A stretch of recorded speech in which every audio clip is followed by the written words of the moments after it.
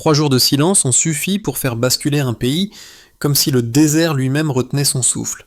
Puis une phrase, nette et tranchée, a percuté le Burkina Faso. 2 chiffres, 0 dette, 40 km². Soudain, devenait un paradoxe vivant, défiant toutes attentes. Alors une question surgit, abrupte. Que signifie ce pari pour chacun lorsque Ibrahim Traoré place le ciel à portée de mains ordinaires? Entre promesses et vertige, une fissure lumineuse s'est ouverte. Le pari dévoilé au petit matin n'était pas seulement audacieux, il redéfinissait la notion même d'infrastructure souveraine. La promesse centrale tenait en 10 mots: un aéroport construit sans dette, ni tutelle extérieure, une ligne claire qui attirait autant qu'elle inquiétait. Si ce chantier tenait, il deviendrait un précédent continental. S'il échouait, il laisserait dans le sable une leçon amère sur les limites du volontariat massif. Mais les faits initiaux suffisaient déjà à fixer les enjeux. Un territoire enclavé tentait d'ouvrir une fenêtre vers le monde en n'utilisant que ses propres ressources, son énergie solaire, ses mains et sa détermination. Cette tension entre promesses d'envol et risque de chute maintenait l'attention de tout un pays, des casernes aux hameaux, et une question discrète filtrait, comme un micro-hook. Si un peuple réussit à bâtir un tel symbole, qu'est-ce qui pourrait encore lui être refusé? Le mini-reveal apparut au matin du 3e jour, le silence du ciel n'était pas un arrêt, mais un signal de départ. Et la première donnée tangible tomba. 40 km² de pistes et de structures allaient s'élever sans prêts étrangers, comme une équation posée à même le désert. Dans la déclaration publique qui suivit, Ibrahim Traoré transforma ce qui semblait un geste symbolique en projet architecturé. Il décrivit un aéroport conçu non comme une extension logistique, mais comme un acte de souveraineté mesurable. Cette bascule, rapide et méthodique, surprit autant les chancelleries que les observateurs locaux, car les images du terrain contredisaient immédiatement les récits d'isolement. Les premiers camions avançaient déjà, chargés d'acier, de sable compacté, d'équipements solaires et d'équipes venues sans contrat préalable. Les villages du Sahel réagirent avec une cohésion inattendue. Des paysans désertèrent leurs champs pour rejoindre les zones de terrassement, des étudiants arrivèrent avec des outils improvisés, des soldats déposèrent momentanément leurs armes pour pousser des brouettes. Cette confluence humaine donna au chantier un rythme continu, presque organique. Les rédactions étrangères interprétèrent cette dynamique comme un emballement émotionnel. Pourtant, sur le terrain, tout avait la précision d'une chorégraphie. Chaque équipe avait son périmètre, chaque zone son référent, chaque tâche un découpage clair. Les lampes solaires bricolées illuminèrent les travaux à la tombée du jour, prolongeant l'effort sans le forcer. Un vieil homme, interrogé devant une dalle fraîche, formula d'une voix calme ce que beaucoup pensaient. « Nous voulons voir l'Afrique voler avant de mourir. » La phrase circule de village en village, dépassant rapidement son statut d'anecdote pour devenir rituel. Elle servit de pivot narratif à la population, un repère qui donnait du sens à l'effort commun. Là où certains observateurs voyaient mais naïveté, les habitants voyaient une cohérence intime. Un pays enclavé tentait littéralement de s'ouvrir un horizon, et dans cette ouverture se dessinait une certitude nouvelle, que la foi collective pouvait devenir une méthode, et la méthode une infrastructure. Au cœur du chantier en pleine expansion, une silhouette discrète servait de repère. Un jeune soldat surnommé le frère de poussière. Il ne détenait aucun titre officiel, mais son rôle s'imposait naturellement. Quand une machine calait, il improvisait une solution. Quand une équipe hésitait, il redessinait le plan de travail à même le sol. Son calme devint un langage commun pour les volontaires qui affluaient, jour après jour, depuis les villages voisins. Autour de lui, la chaîne humaine s'allongeait. Des étudiants prêtaient main forte aux anciens militaires, des maires s'occupaient des réserves d'eau, tandis que des artisans réparaient les outils venus du désert. Cette circulation continue d'énergie donnait l'impression d'une organisation spontanée mais parfaitement fluide. Chaque geste trouvait sa place. Chaque effort s'intégrait à un ensemble plus large. Les chants du matin rythmaient la répartition des groupes. Les rires soulageaient la fatigue lorsque la chaleur laminait les ombres. Au milieu de cette effervescence, les visites régulières et silencieuses d'Ibrahim Traoré ajoutaient une dynamique inattendue. Il ne prononçait que quelques mots, souvent des questions simples adressées à un volontaire, mais ces échanges suffisaient à relancer l'ardeur collective. La rumeur de sa présence se propageait rapidement, attirant de nouveaux bras comme si le chantier lui-même appelait. Les premiers effets se manifestèrent dès les premières semaines, une coordination plus sûre, des tâches mieux séquencées et une confiance accrue dans la progression visible des fondations. L'effort n'était plus celui de quelques-uns, mais d'une communauté entière qui avançait au même rythme. Et le sens semblait clair. Ce qu'ils construisaient dépassait la simple infrastructure. Avant la première aube, le chantier n'était qu'une étendue sableuse marquée par quelques piquets alignés. Après les premières 48 heures, il devint un théâtre d'action rapide, une succession de gestes précis qui transformaient le désert en atelier à ciel ouvert. Le déclencheur fut net, l'afflux massif de volontaires. Une file de camions poussiéreux arriva depuis Ouagadougou, suivie de charrettes chargées d'outils. Les premiers coups de marteau résonnèrent au lever du soleil, créant un rythme sec qui donnait la cadence. Les heures suivantes, la progression s'accéléra. Des tranchées furent creusées à la main, des fondations esquissées à l'aide de niveaux improvisés. L'air vibrait sous la chaleur, mais chaque équipe avançait sans relâche. Les femmes installèrent des tentes de fortune pour servir de point d'eau, les artisans trièrent l'acier récupéré sur d'anciens véhicules militaires, martelant, ajustant, renforçant. Des adolescents repéraient les zones à déblayer, guidant les anciens avec une efficacité surprenante. Le chantier ressemblait à une mosaïque de tâches synchronisées, chacune alimentant la suivante. Au troisième jour, la longue bande de terre compactée prit forme, évoquant déjà une piste préliminaire. Les radios locales diffusèrent les bruits du site. Moteurs rauques, marteaux frappants, chants mêlés au vent. Cette diffusion créa un effet de tirage. Des groupes entiers quittèrent les villages pour rejoindre la zone, augmentant le volume de travail d'heure en heure. Les gestes s'enchaînaient, déchargés, triés, coupés, soudés, lissés. Pas de pause inutile. Chaque action poussait la suivante, comme une vague continue qui refusait de se briser. Vint ensuite le premier moment de tension. Des éditorialistes étrangers parlèrent de spectacles politiques, mais sur le terrain, on construisait.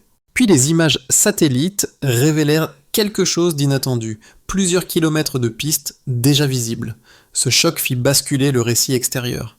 Les sanctions tombèrent rapidement, transferts suspendus, contrats gelés, fournisseurs retirés. Le Burkina Faso fut coupé des circuits habituels. Pourtant, cette rupture n'arrêta rien. Elle activa un second mouvement. Les mécaniciens transformèrent d'anciens camions en bétonnières, soudant des roues usées, fixant des chaînes, inventant des systèmes d'agitation artisanaux. Les pièces rouillées devinrent poutres, les tôles percées devinrent coffrages. Le 5e jour marqua un nouveau tournant. Une tempête de sable s'abattit brutalement, réduisant la visibilité à presque rien. Les volontaires se regroupèrent, protégeant les matériaux sous des bâches, tenant les structures naissantes à l'aide de cordes. Lorsque le vent se calma, la poussière retomba en révélant des silhouettes immobiles mais résolues. Les équipes se relevèrent, essuyèrent leurs visages, reprirent immédiatement leurs outils. Cette résilience impressionna même les sceptiques. Puis, une scène marqua profondément le site. Ibrahim Traoré, revenu au milieu des ouvriers, prononça une phrase simple. « Si le ciel nous refuse des ailes, la terre nous apprendra à voler. » En une nuit, ces mots parcoururent le chantier. On les peignit sur les camions, on les grava sur des planches, on les murmura dans les maisons. Et le chantier changea de dimension. Ce n'était plus une exécution technique, c'était un serment collectif. Le mouvement d'ensemble devint irrésistible.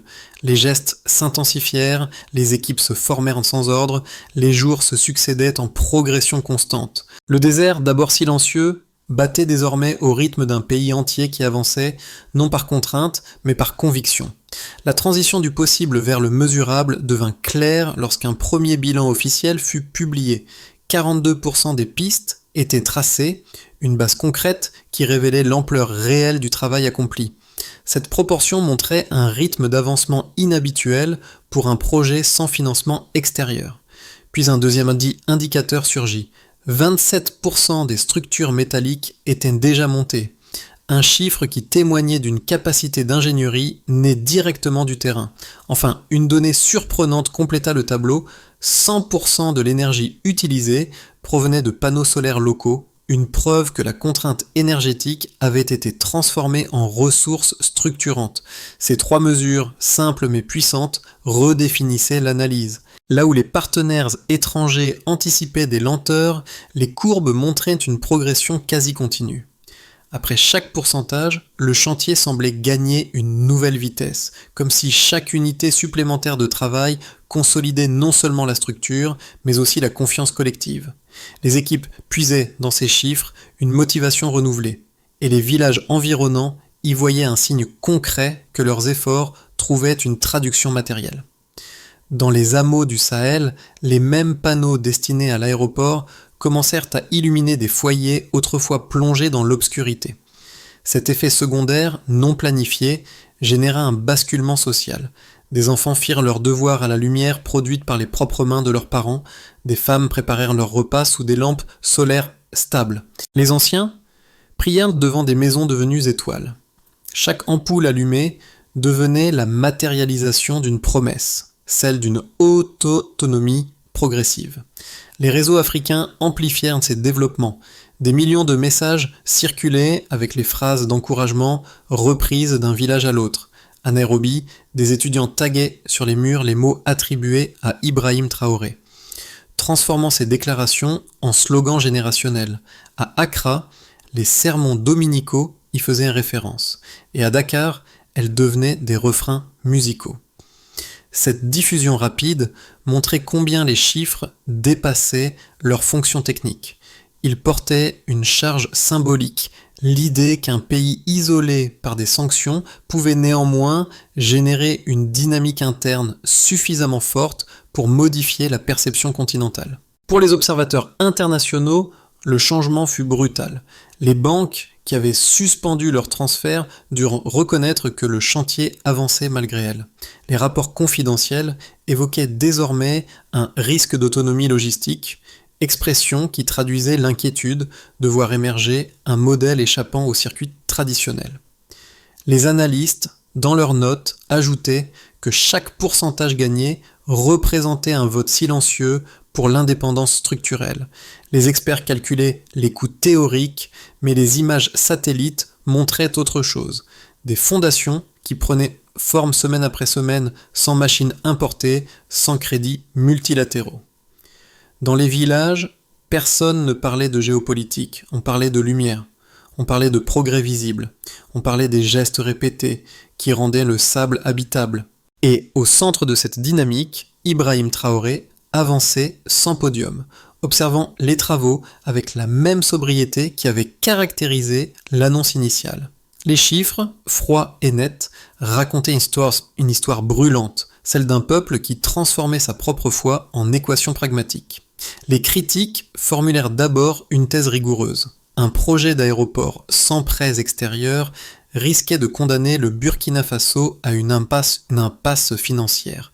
Selon eux, aucune infrastructure durable ne pouvait naître d'un chantier reposant sur du volontariat, des matériaux recyclés et une énergie solaire artisanale. Cette position, largement relayée par les chancelleries occidentales, s'appuyait sur un postulat classique: sans capitaux, pas de viabilité, sans partenaires, pas de stabilité régionale.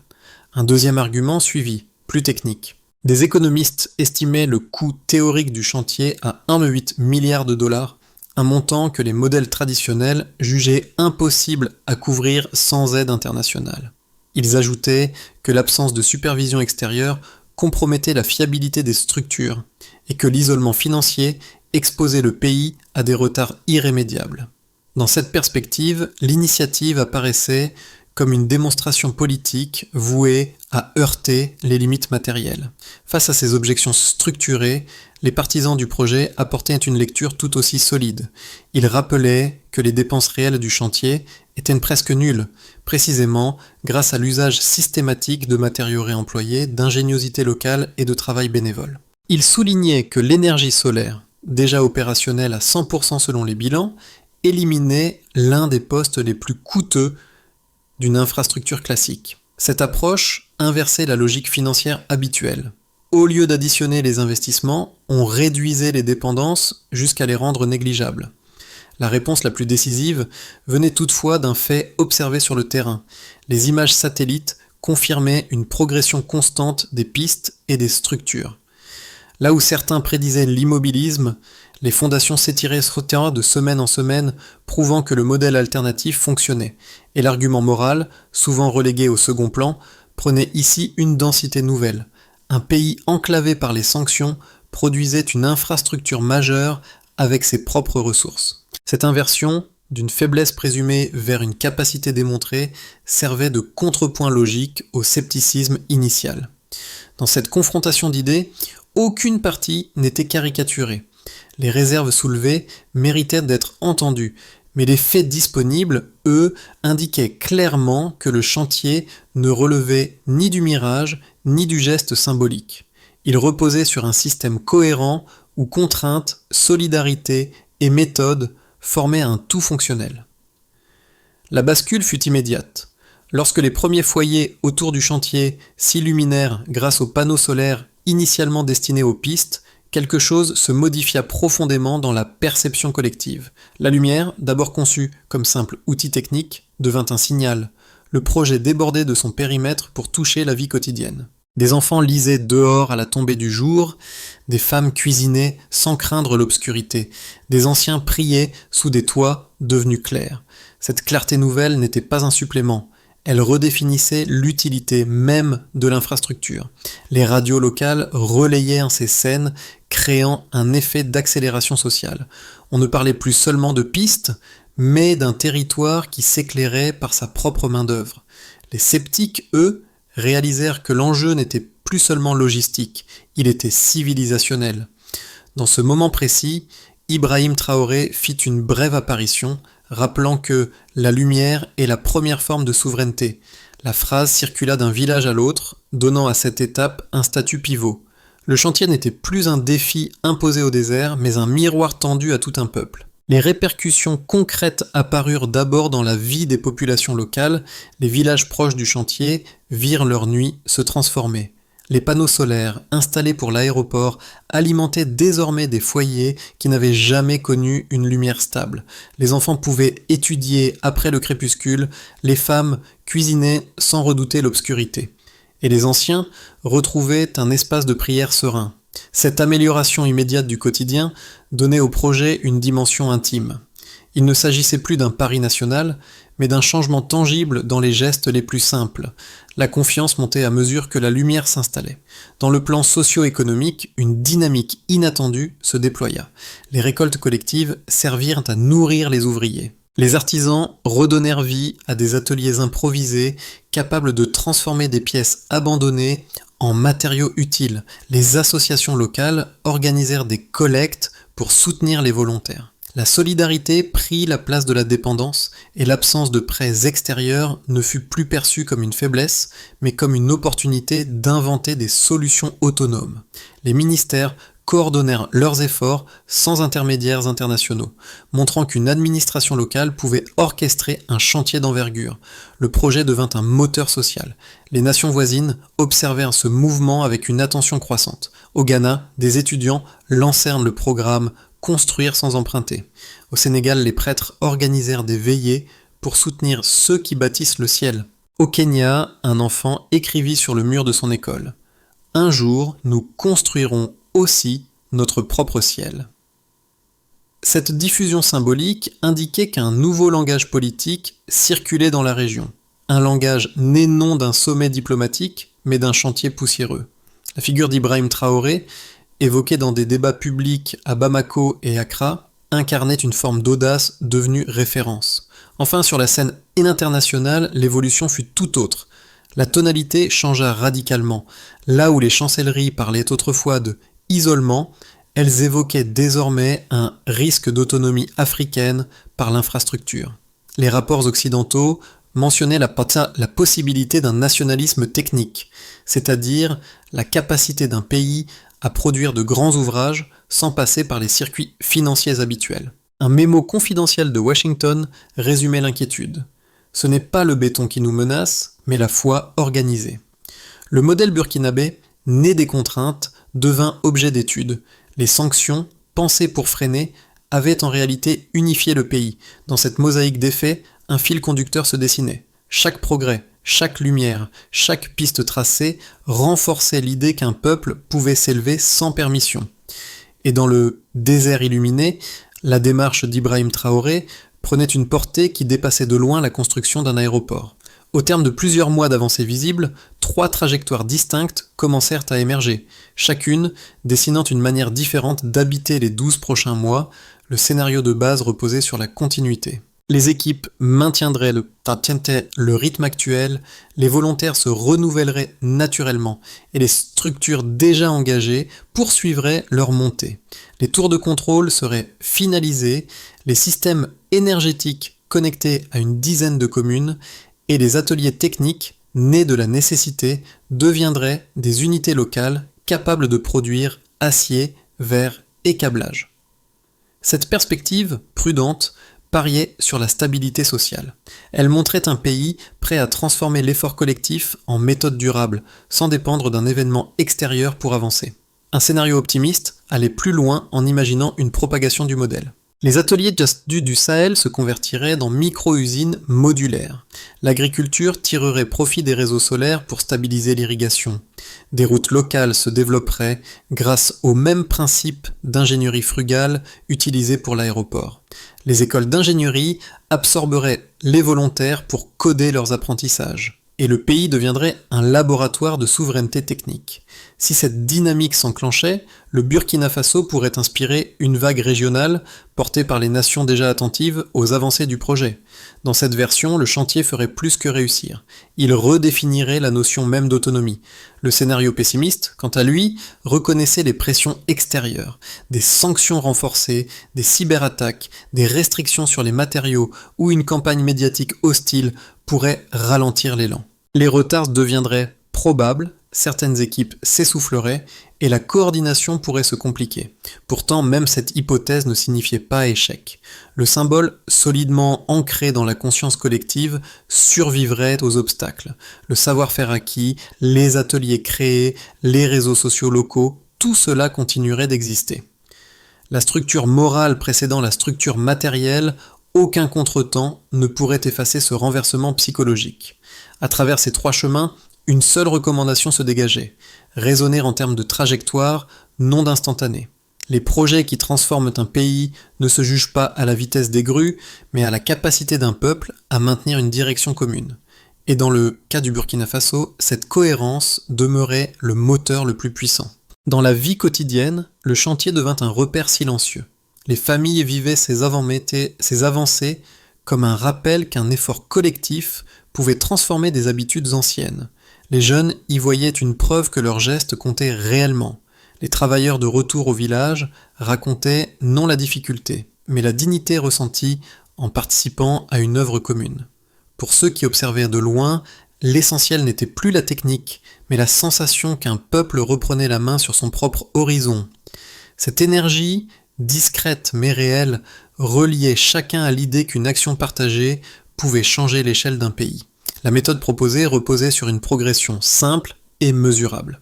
Pour commencer, stabiliser l'énergie solaire sur le corridor central afin d'assurer une fourniture continue. Ensuite, structurer une école technique capable de transformer l'expérience du chantier en apprentissage transmissible.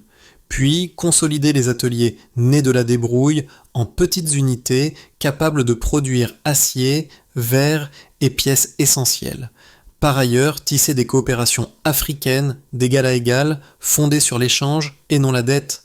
Enfin, inscrire durablement la discipline collective dans les institutions locales pour éviter la dispersion de l'élan. Le frère de poussière revint un soir sur la piste encore tiède. Autour de lui, les ouvriers regardaient leur œuvre avec un silence qui valait autant que les discours. Ibrahim Traoré, présent en retrait, laissa cette scène parler d'elle-même. Le lien formé sur le chantier devenait un symbole, celui d'un pays qui avait appris à avancer sans attendre. La ligne tracée dans le sable ressemblait moins à une piste qu'à une promesse tenue. Ce récit n'appartient pas seulement à un pays, mais à tous ceux qui cherchent un chemin pour se relever. Si l'histoire résonne, partage-la, discute-la, transmets-la. Les idées ne changent pas le monde seul, elles se propagent par les voix qui osent les porter. Et peut-être qu'en parlant de ce ciel construit de main nue, tu permettras à un autre de tracer le sien.